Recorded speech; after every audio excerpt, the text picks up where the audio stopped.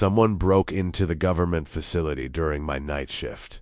Working overnight security is usually boring.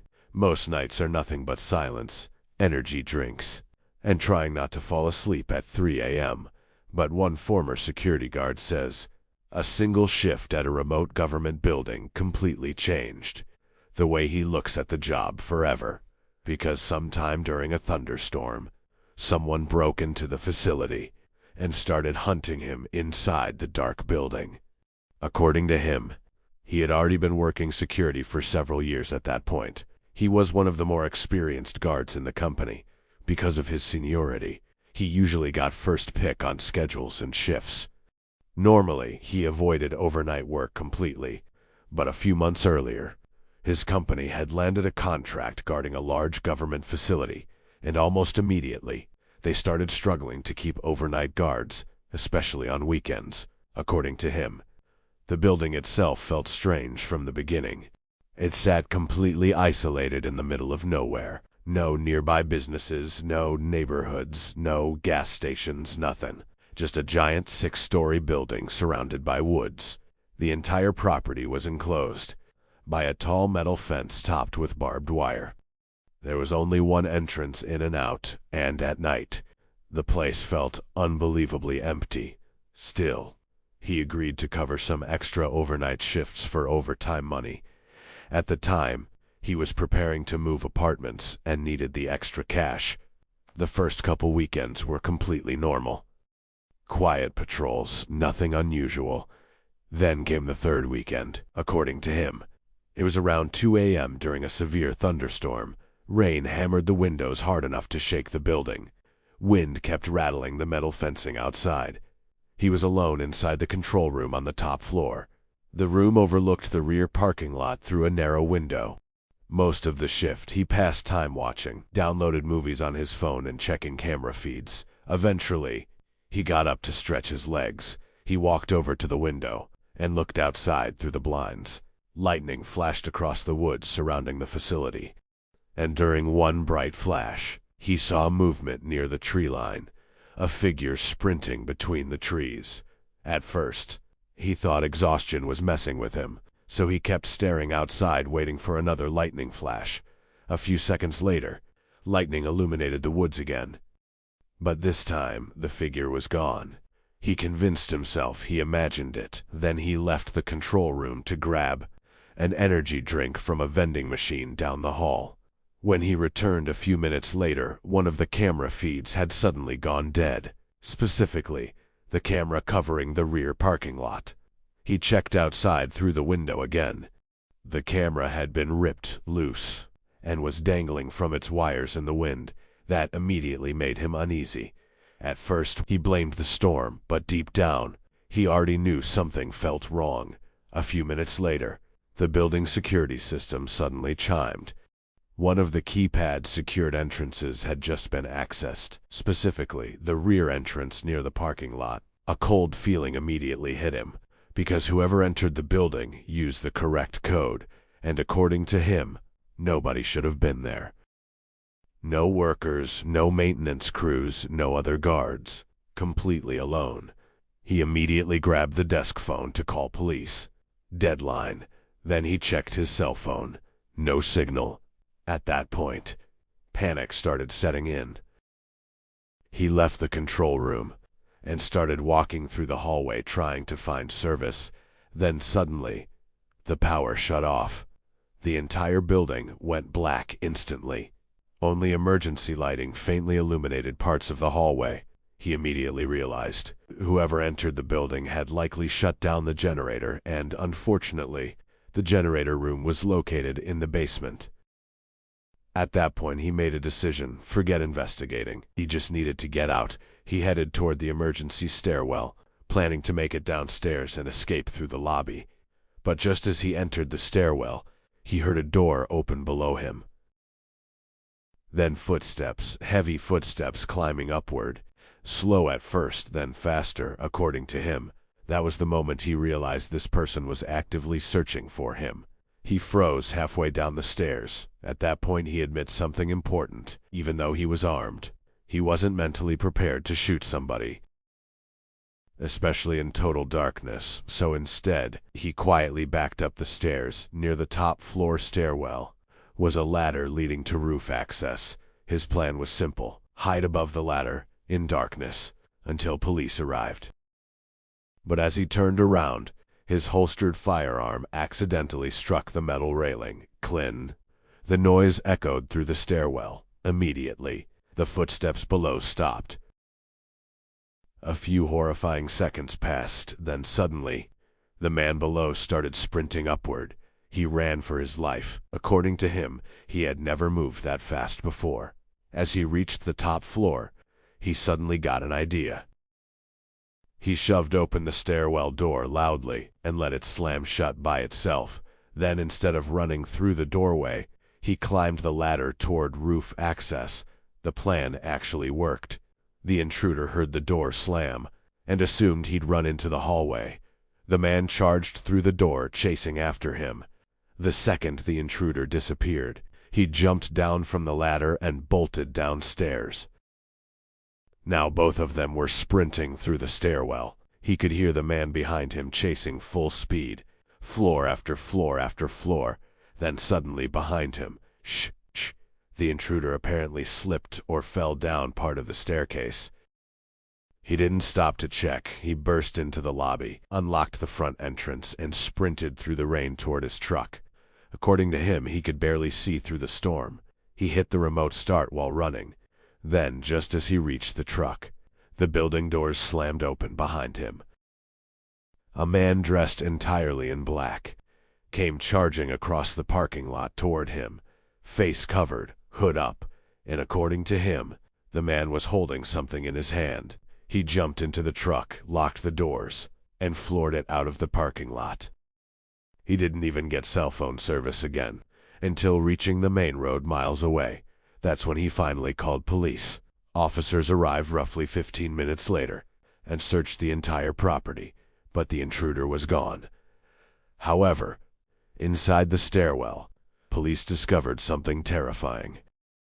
During the chase, the man had dropped a loaded handgun, an unregistered semi-automatic pistol, which completely changed the situation, because according to police, that meant the intruder likely entered the building prepared to kill someone if necessary. To this day, he says nobody ever figured out who the man was or why he targeted the facility. But according to him, one thing still bothers him most. The intruder somehow knew the access codes, meaning whoever was hunting him that night probably knew the building very well. The man on the security cameras was following me. Most overnight security jobs are painfully boring. You sit alone, watch cameras, walk empty hallways, try not to fall asleep. But one former security guard's eyes a single night shift completely destroyed his sense of safety forever. Because while monitoring the cameras in an empty office building, he noticed someone moving through the underground parking garage, and somehow the stranger always stayed just out of sight. According to him, this happened several years ago while working overnight security in New Jersey. The building itself was a medium-sized corporate office complex, nothing fancy, just multiple office floors, conference rooms, and a large underground parking garage beneath the building. Most night shifts were completely uneventful. Once employees left around evening, the place became dead silent. Usually his job involved little more than checking cameras, doing patrols, and logging reports. That particular night started exactly the same as every other shift. Around midnight, the building was completely empty. The lobby lights were dimmed, and the only real light came from the security monitors. He sat behind the desk, slowly cycling through camera feeds. Hallways, elevators, stairwells, parking garage. Everything looked normal, until one camera feed caught his attention. A man walking between parked cars in the underground garage. At first, he assumed it was an employee leaving late, but something immediately felt strange. The man wasn't walking toward an exit. He wasn't heading toward a vehicle either. Instead, he moved slowly between the rows of cars, like he was searching for something or someone, according to him. The guy wore a long dark coat that almost looked too large for him, and the way he moved genuinely unsettled him. Slow, careful, deliberate. Almost like he knew where cameras were positioned, the guard immediately contacted his supervisor. But after checking records, nobody should have been inside the building at that hour. No cleaning crew, no late workers, nobody. His supervisor told him to simply monitor the situation for now. But according to him, his instincts were screaming that something was wrong. So he grabbed his flashlight and headed toward the parking garage elevator. The elevator ride down felt unusually long. Every mechanical sound echoed through the shaft, and with every passing floor, his anxiety kept growing. When the elevator doors finally opened, the garage looked completely empty. No movement, no sound, just rows of parked cars sitting in silence. He slowly walked through the garage, shining his flashlight between vehicles. According to him, the silence down there felt oppressive. The kind of silence where every tiny noise sounds massive. Eventually, he called out, "Security, anybody down here?" No answer. He checked every corner he could see. Nothing. At that point, he convinced himself maybe the cameras glitched, so he headed back upstairs. But the second he sat back at the security desk, his stomach dropped. The man was back on the camera feed, standing in almost the exact same spot as before. And according to him, that made absolutely no sense, because he had just searched that area himself, meaning one of two things had to be true. Either the man was hiding nearby watching him, or intentionally avoiding him. Neither possibility felt good. For the next several minutes, he watched the stranger wander slowly through the garage. Eventually, the man approached the stairwell entrance, then disappeared from the camera view. The guard immediately switched through every camera feed in the building. Nothing. No stairwell footage, no hallway footage, nothing. It was like the guy vanished. That's when he started getting genuinely nervous. Because if the stranger somehow entered the building, he could now be anywhere. Inside, a few minutes later, the lobby elevator suddenly dinged. The doors slowly opened. Nobody was inside. But according to him, what he noticed next made his blood run cold. Wet footprints, bare footprints leading out of the elevator and into the dark lobby hallway. He froze immediately, because outside temperatures were near freezing that night, meaning whoever left those prints had removed their shoes intentionally. And now they were somewhere inside the building. At that point, he requested backup, but backup was still several minutes away. Unfortunately, he made the mistake of continuing his patrol alone. According to him, part of him still hoped there was a logical explanation. He took the elevator up toward the office floors. Every hallway looked empty, but the buildings suddenly felt completely different now, like someone was nearby watching him. Halfway through checking one floor, he noticed an office door slightly open that immediately caught his attention, because all office doors were supposed to remain locked overnight. He slowly pushed the door open with his flashlight raised. Inside, the office appeared empty. Computer asleep, chair pushed in, nothing unusual. Then suddenly, he heard footsteps behind him in the hallway. Not normal footsteps, wet footsteps, heavy, uneven, fast. He spun around instantly, and at the far end of the hallway, he saw the man. Still wearing the oversized dark coat. According to him, the stranger wasn't running. He was walking quickly toward him with purpose, and that realization terrified him more than anything else, because it meant this guy wasn't lost. He was intentionally following him. The guard immediately bolted toward the stairwell. The footsteps behind him sped up too. He could hear them echoing through the hallway directly behind him, according to him. Panic completely took over at that point. He dove into the stairwell and slammed the heavy door shut behind him. Then everything suddenly went silent. No footsteps, no movement, nothing. He stayed frozen on the stairs for several minutes, trying to catch his breath.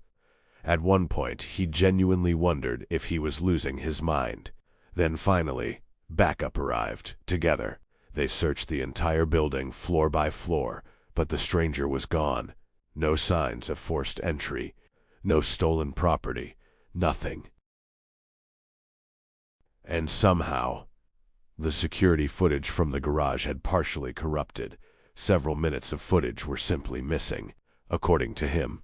That detail disturbed him more than anything else afterward because it made the entire experience feel surreal.